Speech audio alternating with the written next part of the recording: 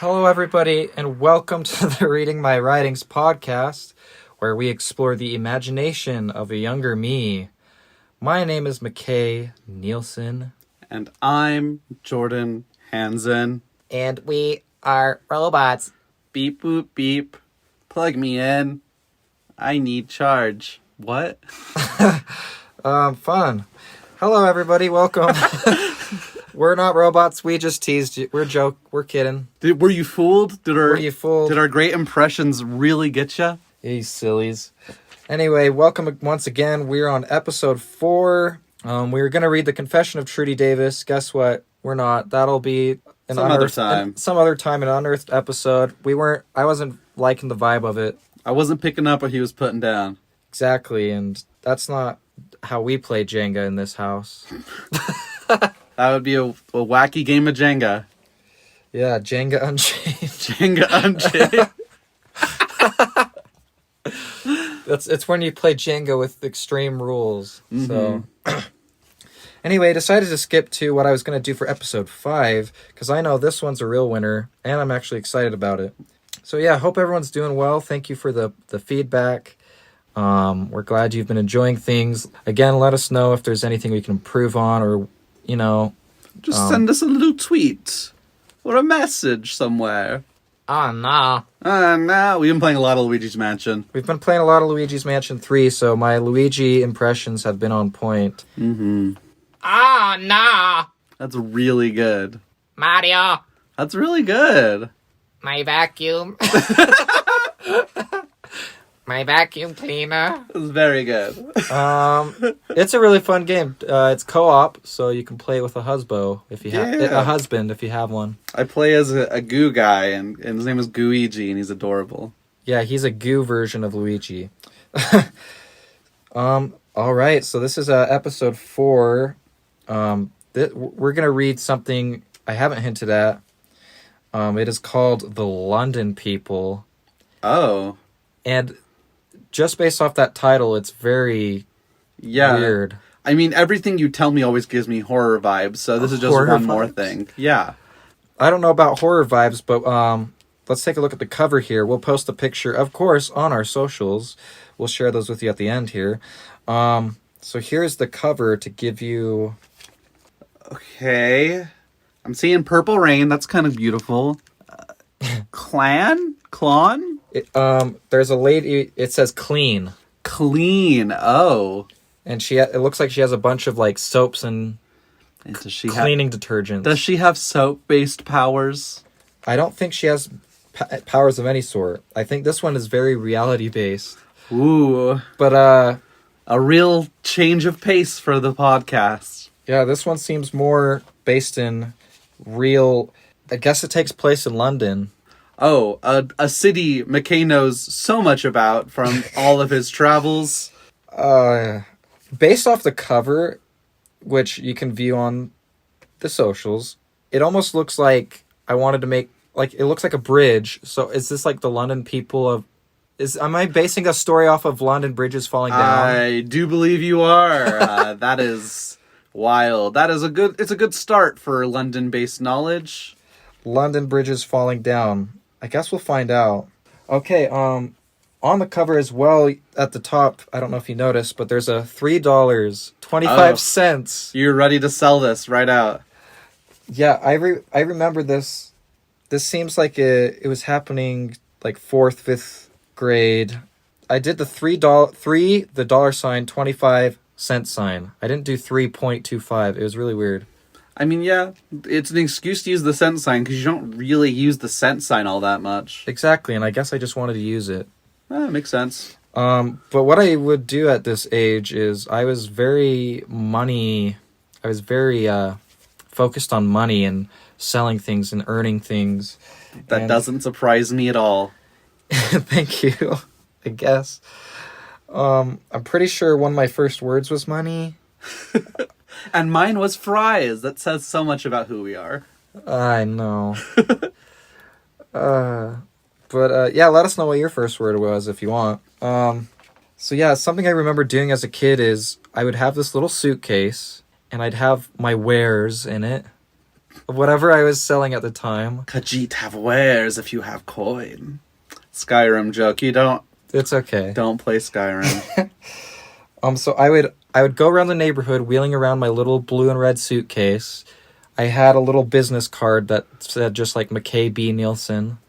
Okay. And I would sell anything I could find. I don't even remember. So I don't know if this is one of those things. Whatever the case, I wrote it and I meant to mass produce and sell it. It's a good plan. Is it worth $3.25? I guess we're going to find out. You decide. How much do you think it's worth? Don't put a price on it. You can't put a price on this. This is memories. All right, well, let us get into episode 4, The London People. Let's do it.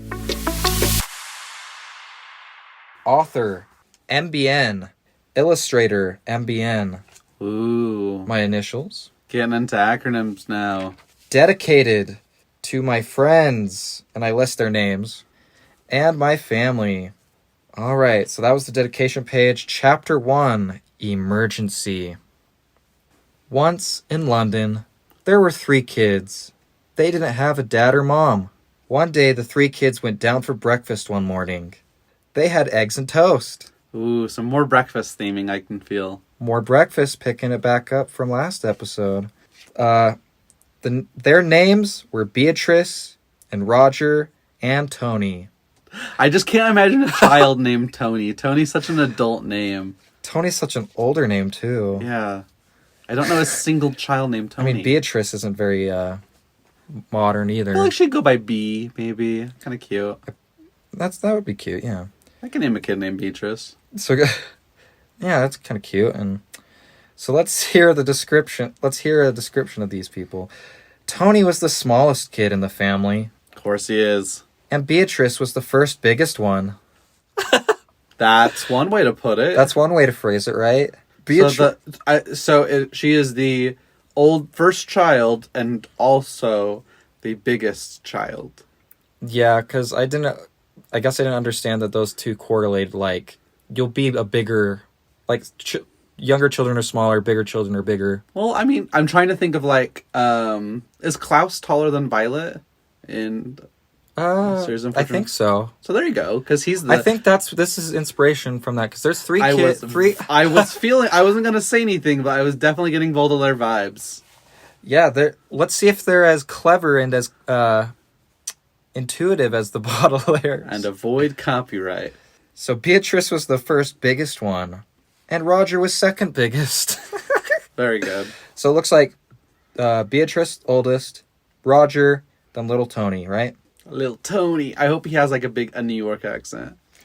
I mean, they're in London, so maybe London accents. Oh. Oh no. I'm excited. Am I gonna have to do them? Oh, God. Alright. Oh, no. Okay, get ready. After breakfast, they went to the store to buy some food. When they sat inside, they went to the manager to tell him where the bread was. I think I meant something else, but I just loved the idea of these 3 children, like, going up to the manager, your bread's over there. Hey, you. Hey, hello, your bread's... I can't... Like, they just... I think what they meant is, where's the bread? Asked where the bread is. Okay. I think they meant to ask where the bread is, not tell the manager what he already knows. After they got the bread, they paid the money to the manager and then left. When they got out of the store, they saw a red, fiery thing on their house. What is it? What do you think it might be? A red, fiery thing on their house. That fiery thing? A fire deet? A fire deed. That's my guess. I'm going with it. Our house is on fire! Oh, this is... Screamed Beatrice. So I guess the fiery thing on their house was fire. How would you describe that fire? Pretty fiery. I spelled it fire, I-E. Fire, I-E. That's pretty close. That was a good attempt. It's almost Fieri. Yeah, it's like Guy Fieri. Is that Guy Fieri on our house? What is he doing here? What? Here to burst some flavor. I hope you're ready for this. I'm ready. I'm super ready. Our house is on fire, screamed Beatrice. Hurry! We must find a telephone to call the fire department. Smart. They looked for a phone, But there was no phone to be found. Oh no! Then Tony said, "How about we buy a phone?" Oh! "You're a genius." No, he's not a genius. "You're a genius," said Beatrice and Roger. Borrow one. Ask it. And by the time you buy a phone, the fire's going to consume your house, young child. I was thinking smart back then. I was trying to play like, how do these children problem solve? That's how they do it. With money. Money can solve anything. My gosh. They looked for a phone, but there was no phone to be found. And Tony said, "How about we buy a phone?" "You're a genius," said Beatrice and Roger. Roger headed for the phone shop right away. The phone shop. It took 25 minutes to get the phone. Very specific. Your house is gone. 25 minutes? Just go to the fire department. What are you doing? I don't know what they were thinking. They wanted to call the fire department. They didn't have a phone. Decided to go to the phone shop. Right. Okay. Let's see how this works out for them. It took 25 minutes to get the phone. Beatrice grabbed the phone and dialed 911. Just ask the phone shop to call 911. They've got plenty. When the firemen got there, they went in the house to get the knot on fire. Is that how you said, like, put out the fire to make it not fire? To get the knot on fire. Did you spell it K-N-O-T or To get it not on fire. To get the knot. to get it? Okay. They went into the house to get the fire to To get it not the fire, to unfire it. to unfire. Did a thunder To defire it. defire it. There we go. Yeah. It was so damaged that it was burnt to sawdust. Maybe if you wouldn't have taken 25 minutes to get a phone, it would have been fine. But also it was burned to sawdust. I don't think I understood what sawdust was. I don't think you was. I think you just saw it and like, that's a house. It was the dust or like powdery form of wood, so I think I Yeah. assumed It's just house crumbs. That's all they are. house crumbs. Yeah. Oh man. The three kids cried and cried. They could barely eat lunch. Oh. Barely. I think you got bigger problems to worry about at this point. No. Lunch is the biggest problem. They went to the park to cheer Tony up and to cheer them up. Yeah, they are all sad. But they just still cried and cried about their house getting burned up. Understandable. Then Tony went to the bridge to feed the ducks the bread they got. Oh, yeah. 'Cause they Bringing got it bread. back. Bringing it Here's back. what bread looks like, apparently. That's cheese. That's the end of chapter 1. All right, so chapter 2, Beatrice solves the problem. Of the burnt down house? I guess that's the only problem we've been faced with so far.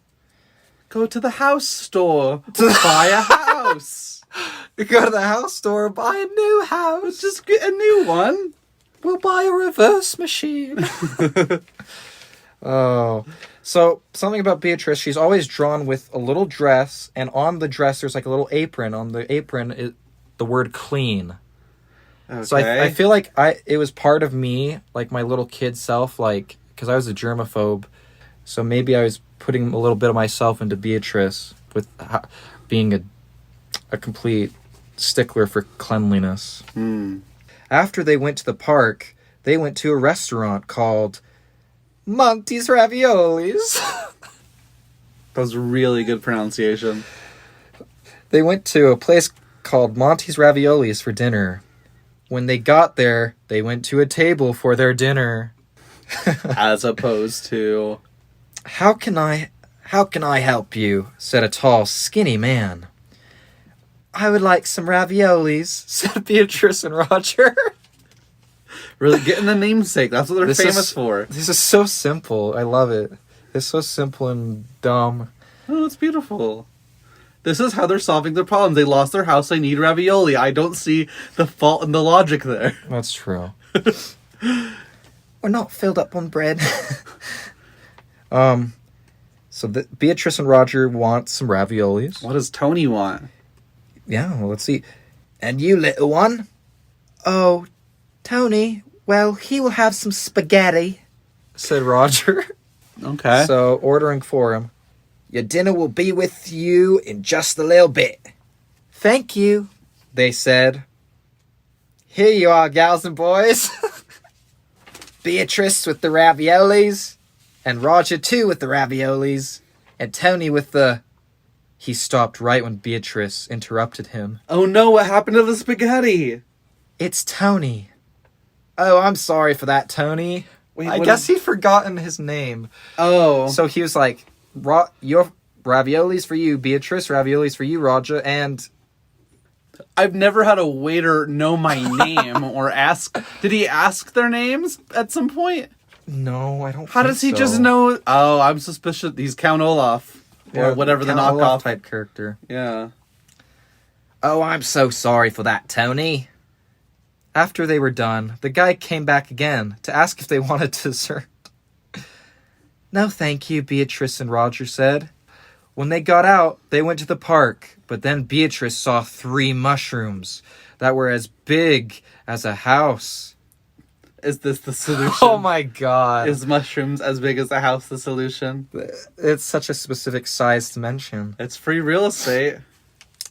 And then she showed Roger and Tony the 3 mushrooms, and then said, let's make the 3 mushrooms our home. Let's make the 3 mushrooms our home. Wait, they were 3 individually sized house. So they're gonna have 3 houses, a house per person now? Yeah. They're all gonna it'll be like the freaking, the 3 pigs.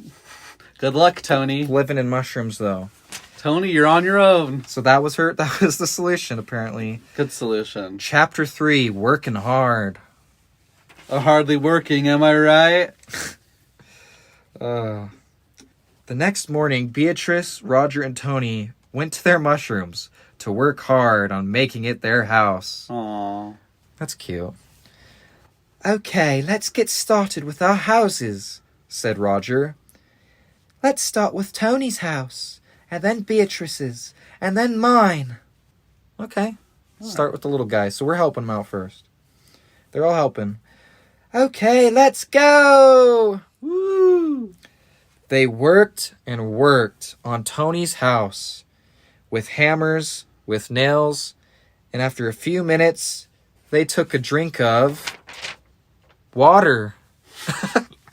Sorry, I had to turn the page to find out what they were drinking. The suspense was killing me. What could they be drinking? Mushroom juice? That would have been smart. We'll use all the parts like a buffalo. Yeah, I mean, you're already putting nails into this mushroom. There's gotta be some juice coming out of that. Getting that mushroom juice. After they were done with Tony's house, what do you suppose they did next? Ooh, they work on Beatrice's house? They started with Beatrice's Oh, house. how did I know? You've got a knack for prediction. They worked and worked on Beatrice's house really hard. I'm pooped, said Tony. Oh, okay, that's good we made it first, or you couldn't rest, Smart. said Beatrice and Roger. Beatrice and Roger talk together like they declare the same thing. They are the hive mind. They are one. I mean, do you notice that they didn't build, like, they made a house for Tony and a house for Beatrice? They haven't made one for Roger yet. Well, because they got tired. They got pooped. Or Beatrice and Roger are the same person. That's my theory about this book. They're the same. They're one.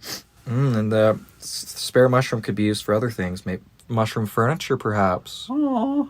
Animal Crossing vibes. When they finished Beatrice's house... Okay, so Tony went to his to rest. Beatrice and Roger continuing. How young is Tony? Tony acts a lot like... He's the youngest. How young? Because, do we specify ages? Because, for all we know, this is like a 35-year-old, a 26-year-old, and a 22-year-old. In all the drawings, Tony is depicted to carry a blanket and a teddy bear. Okay. So, and he doesn't order for himself. So, he's fair. I would But he say can he's talk in full 6. sentences. Yes. Okay. Just clarifying. All right. When they finished Beatrice's house, they started on Roger's house. Oh, there we go. By the time they finished Roger's house, it was barely midnight. Just barely. Just barely. Then they went to sleep in their new homes. Good night, said Tony. Good No. night, said Beatrice. How close are their houses? Good night, said Roger. They're all side by side. So it's not that, it's yelling it. It's good night, because you... Good night. Hey! They're yelling it out of their mushroom windows, I assume. And it looks like they live right next to the mart. In the where park. they brought the bed. And the bridge. Just out in the open, as one does. They're safe. So this is where it gets a little weird. This is where it gets weird. Not the mushroom houses. This is where it gets weird. Well, because it looks like pages might be missing or something. Because that was chapter 3. Okay. Well, let's do a fill-in-the-blank type thing. Because then it says, when they got there, they got lots of food for their new homes and left. And they got where? I don't know. Probably the mart. They've only gone to 3 different places. Let's assume that they only go to those 3 places. Yeah. And not to mention, this doesn't seem very, doesn't really contribute much. When they got there, they got lots of food for their new homes and left. When they got home, they put the food in the fridge. After they had lunch, they had rice and corn. What kind of... Okay. This was my concept as a child, rice and corn. That's what they eat in London. They eat rice and corn. You know. This is delicious. This is delicious. Is how it's spelled. Said Beatrice and Tony. Oh, switching it up. Okay. That proves your theory wrong a bit. That's right. And then it looks like things had planned to go a lot differently with chapter 4, the big competition. Wait, the other one wasn't chapter 4? Is this different? That was chapter 3, working hard. Oh, okay. Then chapter 4 is where we're dwindling off here. The big competition. One day, the 3 kids woke up in the morning. Hey, Beatrice, said Tony. What? Beatrice said. That was a good idea about the mushrooms for a home. Was a pretty good idea. That was nothing, said Beatrice. It really wasn't. She literally just stumbled into a park and these things look great. That's going to be They a had home. to build homes from mushroom scratch. They had to put little doors in those. Put mushrooms. nails in those mushrooms. Put fridges apparently in those mushrooms. And that's the end. That's all I wrote. So You did say the mushrooms were house-shaped. They were house-shaped. That's true. They didn't do anything. They didn't really do They much. just walked in and these are ours now. So what did we think of that one? That one was weird. It was pretty wacky. I'm not gonna lie. I would have liked to known what the big competition was going to be. But I totally forgot. Yeah, that's we what don't- chapter 4 was titled. So What do we think it was? Maybe a mushroom off. yeah, I feel like there would have been Italian these. food off. I feel like there would have been these mini childlike problems solved with these weird faux Deus Ex Machina things like. Going to a phone store. We need to do a boat race. Oh, look at those giant bananas. We can make canoes. Very We can fanciful. hollow the banana meat out. Take 30 minutes. It's okay if the race is already finished. We'll have our banana boats. But what good sports? Their parents are dead or no, not specifically dead. They just don't have them is what it said. Oh, was that going to be in future chapters? Well, I'm just saying we can't say they're dead, but it said they had no mom and dad. So maybe they're test. I feel like maybe they're that's test more. tube. Yeah, I feel like that's more final than they're dead. They have none. Yeah, they don't exist apparently. They were just spawned into creation. Yeah, I guess. So there's another page included. It must have been in the same notebook. It was very lightly written. I don't know if it transferred from the page over, but I was able to decipher what it said, and it's weird. Okay. It has nothing to do with the London people. I'm bracing This is myself. just another thing that was included in the notebook. Here we go. Oh, Captain Crunch, jingle all the way. It tastes like peanut butter as you crunch your dreams away. Hey! Jingle crunch. It tastes so good. You want it to stay. Wait, that's where it ends? Yes, I don't know what I was writing. Oh, that's But so I was able- festive. I'm in the spirit. You've got me in the spirit. I must have been eating that, the peanut butter Oh, Captain yeah. Crunch, I and I know. just liked it, and I It's really wanted to yummy. make a song.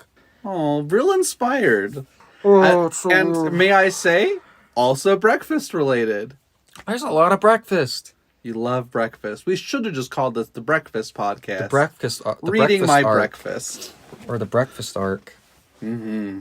Well, that was the London people. That was weird. I don't know if it had to take place in London. I don't know if mushrooms grow to that size anywhere in the world. I haven't been to London, so I can't conclusively say mushrooms don't grow that big there. That's true. But I like the we have a female character.